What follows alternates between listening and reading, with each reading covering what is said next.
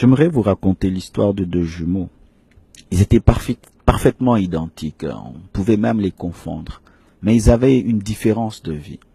L'aîné était un homme juste, était un homme qui craignait Dieu, un homme de prière, un homme qui vivait dans l'amour et dans la maîtrise de soi.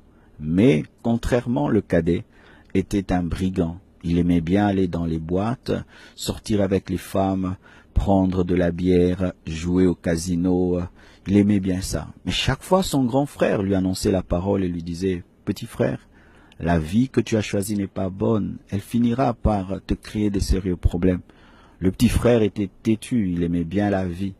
Mais un jour, alors qu'il était ivre, il est allé dans un casino et il avait perdu. Sous l'emprise de la colère et de la bière, il prendra un couteau et il poignardera quelqu'un. Et cet homme est tombé raide mort. Il a couru et les gens le poursuivaient. Au lieu de courir chez lui, il est allé vers la maison de son frère. Il a frappé à sa porte. Son frère a ouvert, a regardé par le trou de la serrure et il a vu que c'était son petit frère. Mais il a vu derrière lui aussi, on le poursuivait. Il a vu sa robe pleine de sang. Au lieu de le juger au travers de la porte et de lui dire « Non, tu vas me créer des problèmes », le grand frère a ouvert la porte. Quand le petit frère est entré, il a refermé derrière lui la porte. Et le petit frère a dit « Grand frère, j'ai tué. Grand frère, j'ai tué. Regarde ma robe, elle est pleine de sang. On me poursuit, on va me tuer. » Sans le juger, sans dire quoi que ce soit, le grand frère n'a dit qu'une seule chose. « Enlève ta robe et donne-la-moi. » Ils ont échangé de robe. Le grand frère a pris cette robe ensanglantée et il lui a donné une robe très blanche. Il ouvrira la porte de derrière et lui dira « Cours, va-t'en ». Quelque temps après, les poursuivants arrivèrent et il ouvre la porte et on commence à lui poser des questions. « Pourquoi tu l'as tué? Pourquoi? Comme c'était un homme juste et véridique, il ne pouvait pas mentir parce qu'il n'avait pas tué, il s'est tué. Et tel comme aussi il y avait une très grande ressemblance, on a fini par le confondre. Et à cause surtout de la robe qui était la preuve que c'était lui le meurtrier, on l'amènera au tribunal. Pendant le jugement, il ne dira rien, il n'a rien dit jusqu'au bout. Et le juge décidera de le tuer. Le grand frère dira « J'accepte de mourir, mais avant de mourir, permettez-moi d'écrire une lettre à quelqu'un. » On lui donnera un papier pour respecter les dernières volontés de celui qui va mourir. Il écrira une lettre. Il dit « Petit frère, je meurs pour toi. J'accepte de mourir pour toi parce que moi je sais que si je meurs aujourd'hui, j'irai au ciel. Mais quand j'ai regardé ta vie, j'ai su que si tu mourais, tu iras en enfer. C'est pourquoi j'ai accepté de mourir à ta place. Mais sache ceci, que la robe que tu portes est une robe de sainteté, de pureté. Je ne l'ai jamais utilisée dans le mal et dans le péché.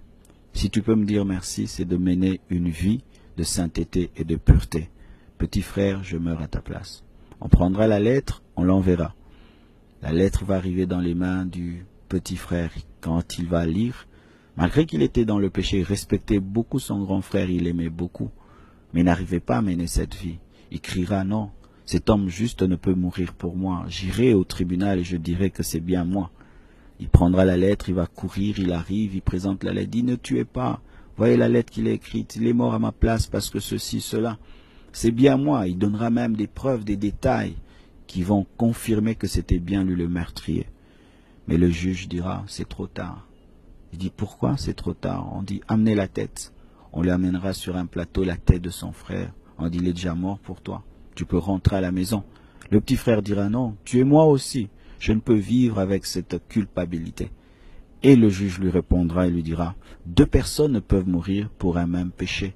Il a payé pour toi, tu es libre, va-t'en. » Le petit frère rentrera en pleurant et quelque temps, ses amis viennent. Ils lui disent « Viens, on va jouer aux cartes, viens, on ira au casino, viens, on va sortir avec les filles. » Et écoutez la réponse du petit frère, il a dit « Si je le fais, mon grand frère est mort pour rien. Je ne le ferai pas. Je lui dirai merci par une vie de sainteté, de pureté.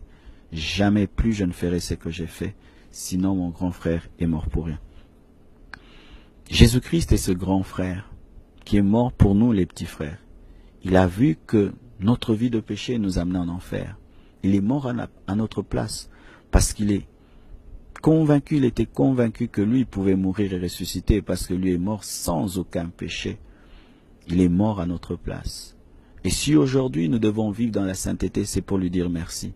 Pas pour mériter son amour, parce que personne ne mérite l'amour de Dieu, mais pour lui dire merci. Bien-aimé, et malgré cet amour qu'il t'a manifesté, tu demeures dans le péché, tu vis dans le mal. C'est comme si ce jumeau, après que son frère soit mort pour lui, puisse céder à ses amis et oublier que son grand frère était 4 mètres sous terre parce qu'il l'avait aimé. Bien-aimé, n'oublie jamais que Jésus-Christ t'a aimé. Il t'a aimé au point de donner sa propre vie pour toi. Et il te demande d'être reconnaissant, de l'adorer, de le célébrer, mais aussi de vivre dans la sainteté. Sinon, il est mort pour rien. Il est mort pour rien. Une dernière histoire, c'est l'histoire d'une mère brûlée.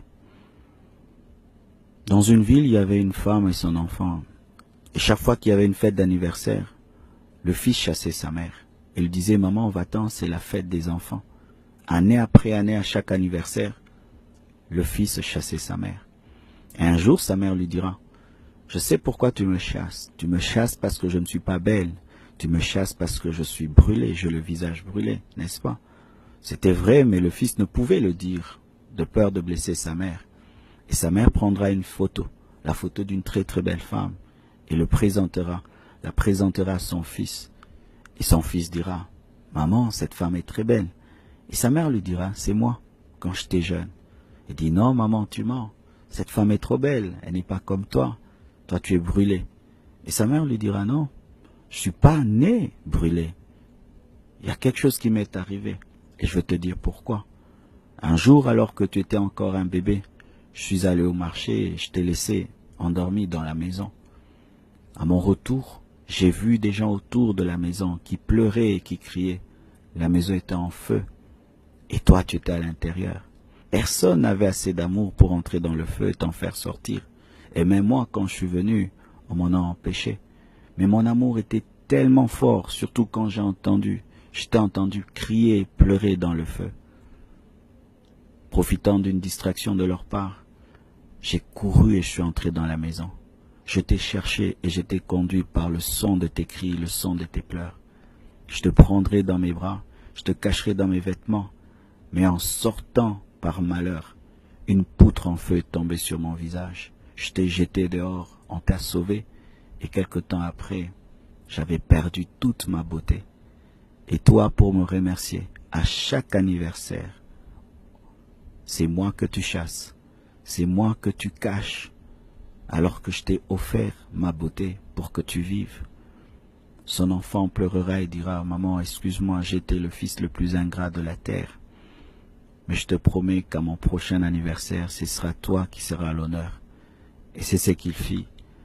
L'année suivante, c'était pas le gâteau en premier qui était présenté, mais c'était maman. Je vous présente ma mère. Et quand il a présenté sa mère, ses amis étaient stupéfaits de voir sa laideur. Et il dira, elle est la plus belle de toutes les femmes parce que elle a offert sa beauté pour son fils. Et je ne pense pas que vos mères pourraient faire ce qu'elle a fait pour moi. Maman, tu es la plus belle de toutes les femmes et merci de m'avoir aimé à ce point. Il en est de même pour Jésus. La Bible dit qu'il est le plus beau entre 10 000. Et lorsque Ésaïe parle de lui, dit qu'il n'avait pas d'éclat pour attirer nos regards, parce qu'il était mortifié par la souffrance, on l'avait craché dessus, on lui a arraché sa barbe, lui le roi. Mais il a accepté de perdre pour qu'on puisse gagner. Du riche qu'il était, Jésus-Christ s'est appauvri pour t'enrichir. Il a accepté d'être séparé de Dieu pour te créer de la place. Il a accepté d'être faible pour que tu sois fort.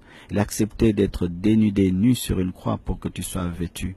Il a accepté de porter une couronne d'épines pour que tu portes une couronne de gloire. Il a accepté de mourir sur une croix pour que tu sois assis à la droite de Dieu sur un trône.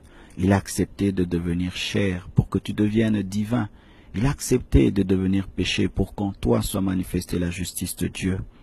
Et s'il y a quelque chose que tu peux faire, mon frère, ma sœur, c'est de toujours présenter Jésus.